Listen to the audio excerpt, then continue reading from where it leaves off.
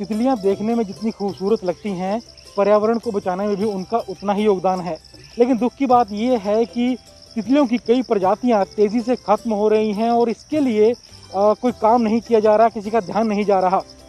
लेकिन चंडीगढ़ के एक ऐसे शख्स हैं जो पिछले करीब 15 सालों से इन तितलियों को बचाने के लिए काम कर रहे हैं और राहत की बात ये है कि इन तितलियों की जो प्रजातियां हैं इस समय चंडीगढ़ में बढ़कर 100 से ज़्यादा हो चुकी हैं। हमारे साथ कुलभूषण जी मौजूद हैं, इनसे हम बात करते हैं। सर, आप पिछले करीब 15 सालों से तितलियों को बचाने के लिए काम कर रहे हैं, तो सबसे पहला सवाल तो यही है कि तितलियां पर्यावरण को बचाने में कितना सहयोग करती हैं? देखो, तितलियों का बहुत बड़ा योगदान है जो ऑल ओवर दी वर्ल्ड। हमें बड़ी अनफॉर्चुनेट बात है कि पिछले 10 साल में 41% इंसेक्ट्स जो है कम हो गए हैं और उनमें से 52% बटरफ्लाइज हैं जो कम हो गई है। आप ये अंदाज़ा लगाओ, अगर 10 साल में 41% कम हुए हैं तो अनदर एक डिकेड में 41% और कम हो जाएंगी। तो ये इंसेक्ट्स नहीं रहेंगे, बटरफ्लाइज नहीं रहेगी, हनी बी नहीं रहेगी, तो पोलिनाइजेशन नहीं होगी। पोलिनाइजेशन नहीं होगी तो फिर उसके बाद क्रॉप्स वगैरह पैदा नहीं होंगे। फ्रूट्स जो हम ह्यूमन कंजम्पशन के लिए जो खाते हैं चीज़ें, वो अगर ख़त्म हो जाएगी तो एक दिन ऐसा आएगा, जीव जंतु इंसेक्ट्स वगैरह तो रहेंगे लेकिन ह्यूमन बीइंग नहीं रहेगा। तो इसको इसलिए सीरियसली लेना चाहिए कि इंसेक्ट्स वगैरह को, बटरफ्लाइज को, हनी बीज को हमें सेव करना है अपने लिए, इनके लिए नहीं।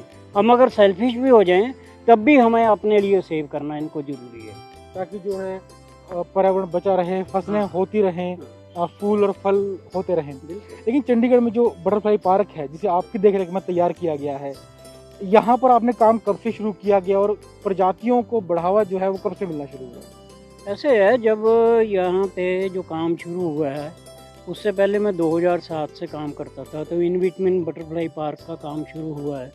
तो उस समय के जो CCF थे, मिस्टर संतोष कुमार IFS, तो उन्होंने मेरा काम देखा है। तो उसके बाद उन्होंने कहा कि हमें असिस्ट कीजिए इसमें मदद करने के लिए।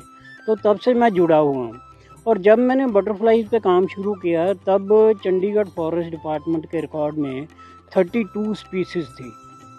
और मैं तो मतलब रात दिन, जिसको कहते हैं ना कि वन टाइम एक ही काम होता है, ऐसा मैं इन्वॉल्व हो गया था।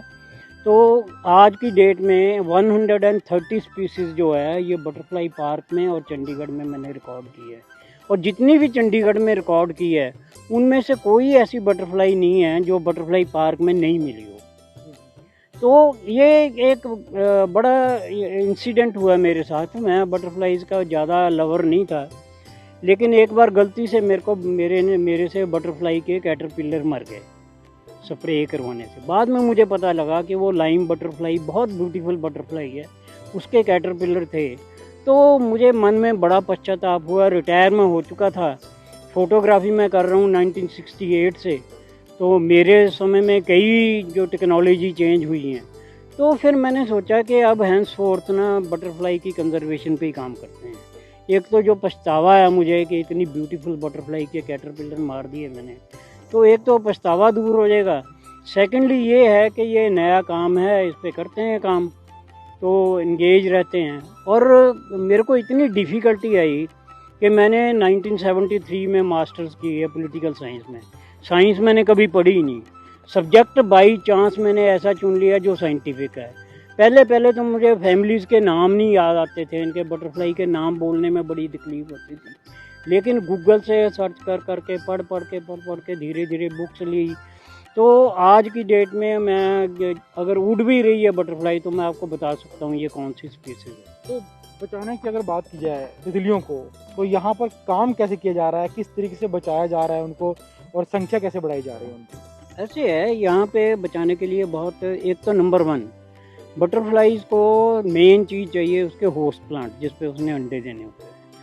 तो यहाँ पे 165 होस्ट प्लांट है डिफरेंट टाइप ऑफ बटरफ्लाइज के।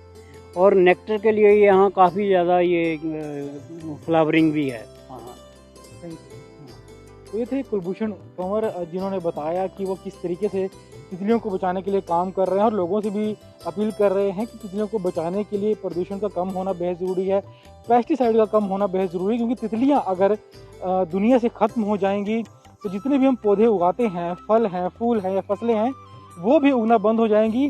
तो इसलिए उनके लिए नहीं सही ना सही, लेकिन जो इंसानी प्रजाति है, इंसान है, वो अपने अस्तित्व के लिए तितलियों को बचाएं, क्योंकि अगर तितलियां खत्म हो गई तो इंसानों का अस्तित्व भी खतरे में पड़ जाएगा।